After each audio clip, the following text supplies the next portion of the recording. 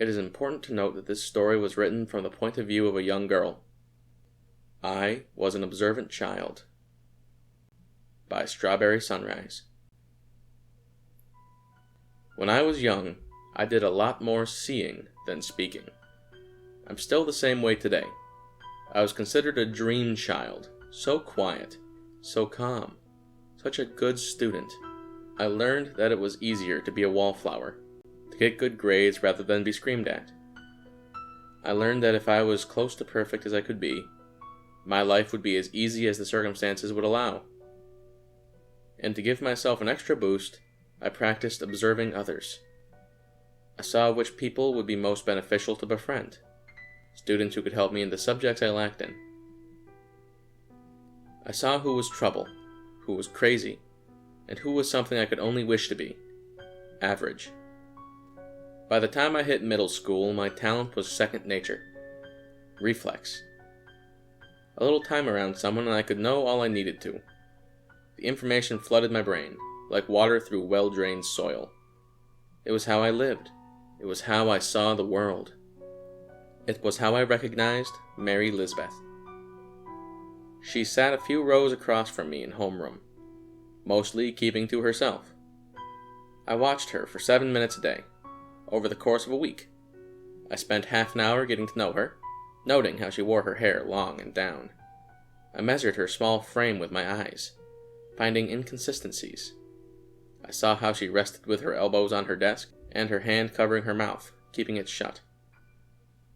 On a certain morning, I stood up when she sat down. I tugged at my sleeve. I went over to her. She looked up at me with big blue eyes, waiting for me to speak first. I swallowed. "Do you like peanut butter and jelly?" I asked. She blinked.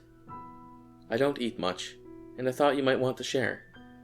Also, Miss Claire said you're really good at history. Me, not so much. You want to spend lunch together?"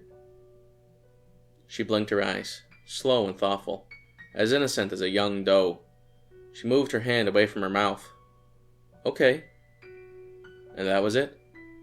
I never said what I knew outright. Mary Lisbeth never admitted anything. I passed off the extra sandwiches I would make, and I let Mary play games on my phone. I told her the plots of popular shows, and for a couple times a week we would stay after school and break into the computer lab to watch episodes from them. Just because Mary Lisbeth was quiet didn't mean she wasn't funny. Just because she was troubled didn't mean she couldn't have a good time.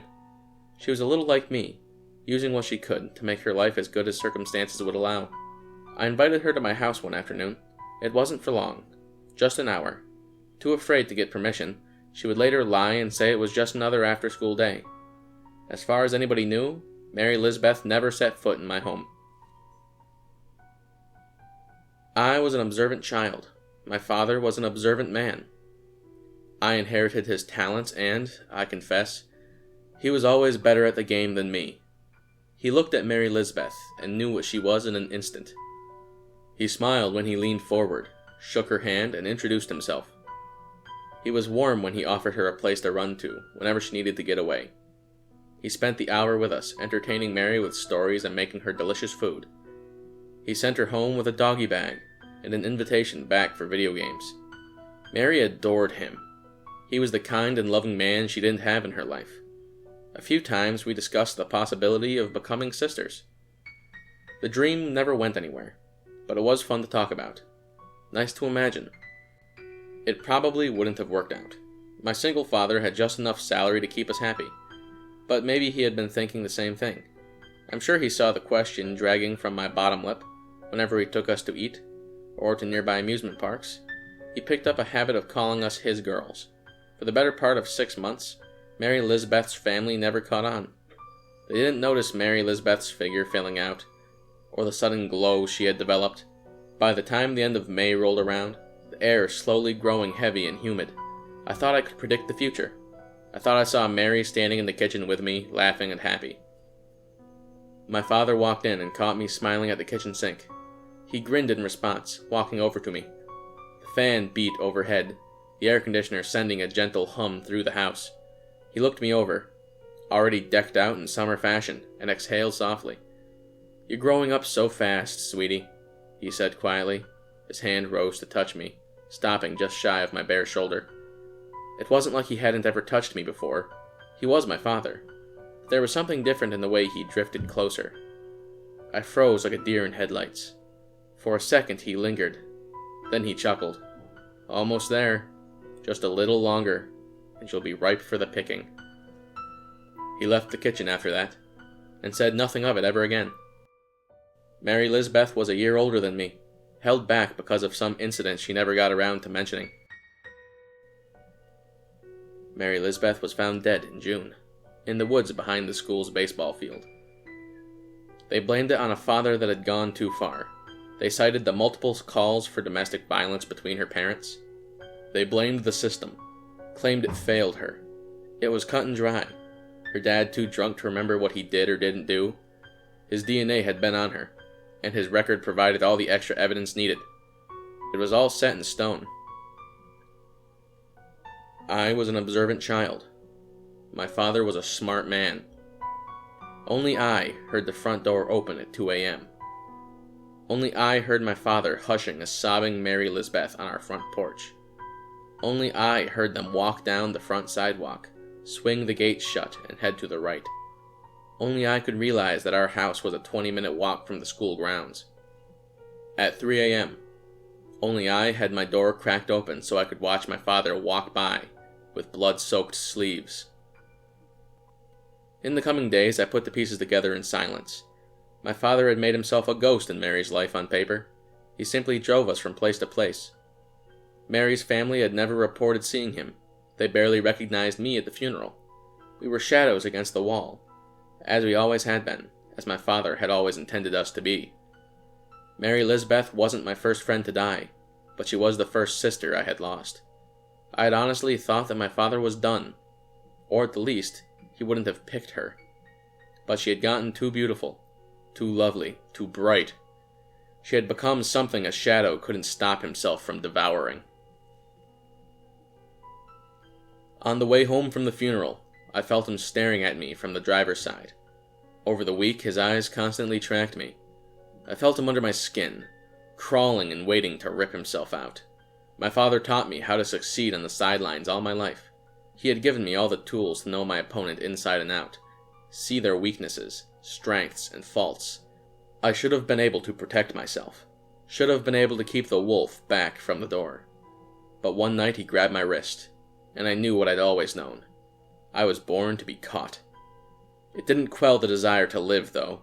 A fire burst within me, emboldening me to turn and shake him off, scream and kick away. He pressed his hand over my nose and mouth, trying to suffocate the blaze. He slammed me against the wall, causing my vision to momentarily black. I fell to the floor, each blink torture. I saw his feet come towards me. I felt him grab my arms, ready to drag me God knows where. I thought I was hallucinating when I saw bare feet standing behind his figure. I didn't believe it when he lurched backwards. My breathing hitched in my chest as he stumbled and fell down the second-story staircase. In an instant, it was only me and the air conditioner. The humming reminded me to breathe. I got to my feet shakily, wobbling, supported by something I couldn't see. I didn't look to the foot of the stairs. I went straight to my room and grabbed my phone, wiped the tears from my eyes, and dialed authorities. They only increased into sobs, though, after I hung up. Looking for the flashing lights through my window, after a few minutes I caught my own reflection. A bloody, messy shadow of a girl. Behind me stood someone as bright as the sun. I turned, mind screaming out apologies and pleas. I found only cold air, blowing forward to kiss me on the lips, vanishing at the sound of the sirens. I didn't tell the police what my father had done to Mary Lisbeth or the other girls. There was nothing more to punish on the earthly plane. Mary had already put the other ghosts to rest and, in her own way, killed my inner demons too. Her absolution was silent and final, if it even existed at all. I let them put my father into the ground with no tarnish to his name. I let his mother scream for the loss of a good man. I let the preacher allow him entrance to heaven, and I cried. But no one had to know the secret reason why. They wouldn't even be able to tell that something was out of place. They weren't my father's daughter, the product of every seed he had ever sown, each one blooming to perfect fruition. My father was an observant man. My father was smart, My father was quiet. My father was a murderer. Hello everybody, my name is Pent. I would like to thank you all for listening to this reading of I Was an Observant Child by Reddit user Strawberry Sunrise. I think this story was incredibly well written, and if you think so too, please go down to the description and click on the link that will take you to the original post. Leave a like there. Share it with your friends. Let this author know in the comments that you want to hear more of his work, or her work. I'm not really sure of their gender. If you enjoyed this reading, please leave a like, please share with your friends, and if you want to, you can subscribe to see what I post in the future. I promise it'll be just as good as this one, if not better. Until then, thank you all for listening. Bye-bye.